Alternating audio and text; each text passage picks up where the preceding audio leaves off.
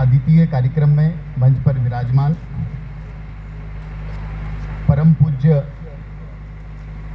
कान्हू जी महाराज, पूज्य संत चरण, अतिथिगण और अपने इस कार्यक्रम के आयोजक गौर सिंह कटारा जी और जनजातीय विकास मंच के अपने पेटलावद क्षेत्र के सभी अधिकारी और साथीगण, मित्रवर आकाश चौहान जी, कैलाश जी, मेरे साथ में पधारे राकेश जी, राहुल जी, दिलीप चौहान जी और इस ध्वनि विस्तारक यंत्र के माध्यम से मेरी आवाज़ को सुन पा रहे भाई और बहनों, मेरी आवाज़ पीछे तक आ रही है बराबर? माता शबरी पर बोलने की बात हुई। माता शबरी मने एक संकल्प। माता शबरी राजा की बेटी थी। राजा आज और इंदुमती से जिस संतान की उत्पत्ति हुई उसका राजसीय सुखों के साथ लालन पालन हुआ, लेकिन एक घटना ने उनके मन को बदल के रख दिया। घटना यह थी कि उनके विवाह की तैयारियां चल रही थी। एक नव युवती जो सरदार की सुपुत्री है उसका विवाह होना है और विवाह की सारी तैयारियां चल रही हैं। सामने से आते हुए कुछ बकरी के बच्चों को उन्होंने देखा और देख करके उनके मन में एक वात्सल्य जागृत हो गया। एक बकरी को बच्चों को अपनी गोद में उठा करके सहलाने लगी। इनको यहां पर क्यों लाया गया है, मन में सवाल था। उनके सहयोगी ने बताया कि मान्यता के अनुसार आपका जीवन शुभ हो इसलिए इनकी बलि दी जाएगी। अगर इस मूक प्राणी की बलि देकर के मेरा जीवन सुखी हो सकता है तो मैं आज से ही अपने जीवन के सारे सुखों का त्याग करती हूं। ये कह करके और बिना घर पे बताए चुपचाप से पीछे के दरवाजे से अपने घर का त्याग कर दिया, जैसे गौतम बुद्ध ने किया था। जंगल में चली गई। बाकी का पूरा जीवन जंगल में रही, सुदूर जंगल में। उनके संबंध में उल्लेख आता है और आज का जो अपना कार्यक्रम है उस कार्यक्रम की अनुभूति भी माता शबरी के उस संकल्प से साकार होती है, क्योंकि सूर्य देवता आग बरसाने को आतुर है। ऊपर कोई शामियाना नहीं है, व्यवस्थाएं नहीं है, और इसलिए हमारे मन में से कुछ बंधुओं के दिमाग में तो ये बात आ रही होगी कि सूरज से कुश्ती कितनी देर लड़ेंगे, आखिर में तो हार ही जाएंगे। और इसलिए जल्दी जैसे ही ये कार्यक्रम खत्म हो कि उठ के सबसे पहले पेड़ की छाया में जाया जाए, ऐसा लग रहा हो। लेकिन हम कल्पना कर सकते हैं कि सुदूर जंगल में एक नव युवती अपने परिवार से दूर उस जंगल में सत्य का साक्षात्कार करने आए तपस्वी साधुओं की सेवा करती थी। पंपा सरोवर पर जब वो स्नान करने के लिए जाते थे अपने वस्त्रों को उतार करके, और जब स्नान करके लौटते थे तो उनके वस्त्रों को धो करके व्यवस्थित सुखा दिया करते थे। ऋषि मातंग तो विस्मय से भर गए। 12 साल उन्होंने इस चीज को देखा कि कभी तो ये बेटी आकर के कहेगी। एक छोटी सी सेवा करने के बाद हमारे मन में एक भाव आ जाता है कि जिसकी सेवा कर रहे हैं वो कभी आकर के हमको थैंक यू कहे, कभी धन्यवाद कहे। ऋषि मातंग तो देखते रहे। ये नव युवती पूरे मन से ऋषियों की मुनियों की सेवा कर रही है, लेकिन कभी कोई आकर के इसने अपेक्षा नहीं की, अपने जो किया हुआ काम है उस काम को बताने की कोशिश नहीं की। ये संकल्प था माता शबरी का। दोस्तों, हम सब लोग सोशल मीडिया के युग में आज मर्यादा पुरुषोत्तम भगवान श्री राम का जीवन केवल भारत ही नहीं तो पूरी दुनिया के लिए एक आदर्श बना हुआ है। राम के नाम का जो वातावरण है वो देश और दुनिया में बना हुआ है। जब दुनिया के बड़े बड़े यूरोप के देशों में कोई राम का चित्र लेकर के राम का प्रवचन करने के लिए जाता है तो केवल हमारे देश से गए हुए लोग नहीं तो गोरे गोरी चमड़ी के अंग्रेज भी उसका पलक पावड़े बिछा करके और स्वागत करते हैं, उसका सम्मान करते हैं। ऐसी राम की महिमा और राम का गुणगान पूरे विश्व में छाया हुआ है। राम के नाम से उठती है भक्ति की उत्ताल लहरों पे कुछ लोगों ने अपने स्वार्थ की नाव भी डाल दी। पिछले दिनों हमने देखा कि उज्जैन में एक हास्य कवि बीमार बकवास, वो क्या कहते हैं, एक ऐसा संगठन जिसकी 5 पीढ़ियां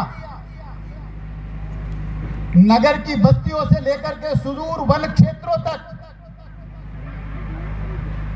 सेवा में खप गई, मंच माइक माला मीडिया से दूर रह करके एक से एक विद्वान प्रचारकों ने अपना जीवन प्रसिद्धि परामुख होकर के राष्ट्र की सेवा में, भारत माता की सेवा में समर्पित कर दिया।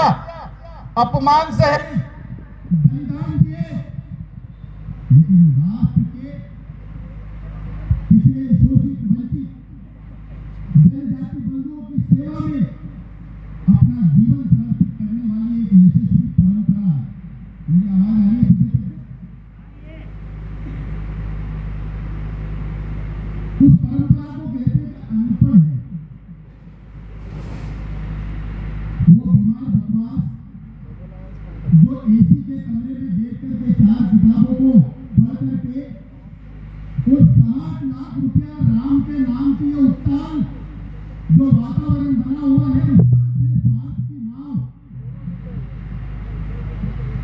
ये डाल करके अपने स्वार्थ सागर में गोते लगा रहा था। और गोते लगाते लगाते वो राम को, राम के नाम की लहरों से बुद्धिजीवी तो घोषित हो गया। मैं आप लोगों से पूछना चाहता हूँ अपनी बात को समाप्त करने से पहले, मुझे बताइए बुद्धिजीवी का अर्थ क्या होता है? बुद्धिजीवी का अर्थ होता है जो अपनी बुद्धि से अपनी जीविका चलाता है। बुद्धि के कारण से जिसके घर का चूल्हा जलता है, जिसका पेट पलता है। गलत बोल रहा हूं, सही बोल रहा हूं? बुद्धिजीवी के यही अर्थ होता है ना।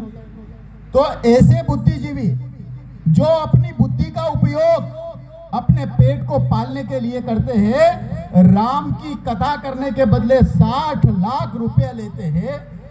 एसी के कमरों में बैठ करके आपने राम के नाम की लहरों को बेचने का काम तो किया होगा बीमार बकवास जी, लेकिन आप ये भूल गए कि राम को पाया नहीं जा सकता। राम को पाने का काम तो शबरी और शबरी के अनुयायी कर सकते हैं। अगर राम को पाना है तो ऐसी आग उगलते हुए सूरज के नीचे बिना किसी व्यवस्था के बैठना पड़ेगा, और तब कहीं जाकर के हमारे हृदय में राम का वंदन करने की जो सार्थकता है, राम का वंदन करने का जो भाव है, उसका प्रस्फुटन होगा। मैं उनको कहना चाहता हूं, चलिए मेरे साथ सुदूर वनांचलों में माता शबरी के वंशज उन्होंने राम को पाया है।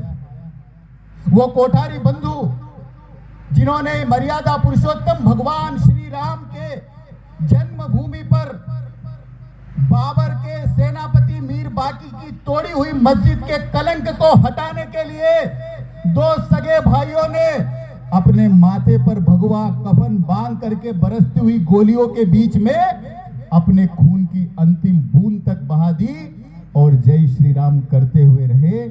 ये संघ की प्रेरणा से ऐसा बलिदान देने के लिए वो प्रेरित हुए थे। उन कोठारी बंधुओं ने अपना बलिदान देकर के राम को पाया है। तुमने सिर्फ राम को बेचा है। राम को बेचने वाले पैसा तो ले सकते हैं, लेकिन बलिदान देने वाले ही राम को पा सकते हैं।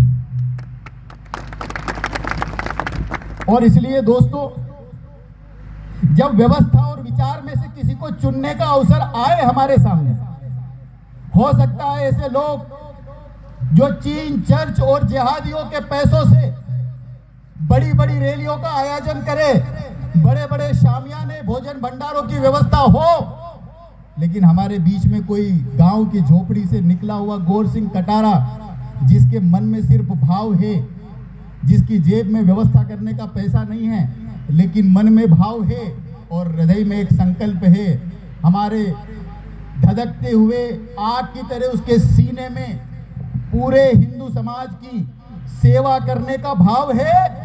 माता शबरी के बनाए हुए सिद्धांतों को सार्थक करने के लिए माता शबरी के बेटों को सामाजिक और आर्थिक रूप से, शैक्षणिक रूप से समाज की मुख्य धारा में लाने की तड़प है, तो उसके साथ बहुत ज्यादा लोगों की आवश्यकता नहीं है। ये मुट्ठी भर साथी अगर उसके साथ पूरी ताकत से जैसे खड़े हुए हैं तो निराश और हताश होने की आवश्यकता नहीं है कार्यक्रम के आयोजकों की।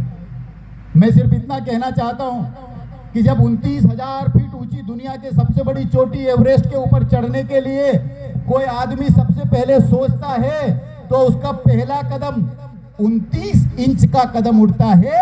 आज गौर सिंह के नेतृत्व में हमने वो 29 इंच का कदम रख दिया है। अब एवरेस्ट पे चढ़ने से दुनिया की कोई ताकत हमको रोक नहीं सकती। व्यवस्था नहीं होगी, व्यवस्थाएं आएंगी, लेकिन विचार महत्वपूर्ण है। हमारी नसों में भगवान बिरसा मुंडा का खून है, टंटिया मामा का खून है, माता शबरी की हम संतानें हैं। इनके पास व्यवस्थाएं नहीं थी, लेकिन आज अगर देश और दुनिया धर्म की रक्षा, धर्म की बड़ी बड़ी बातें कर पा रही है तो वो इसलिए कर पा रही है कि कभी जंगल में भगवान राम को जब सीता माता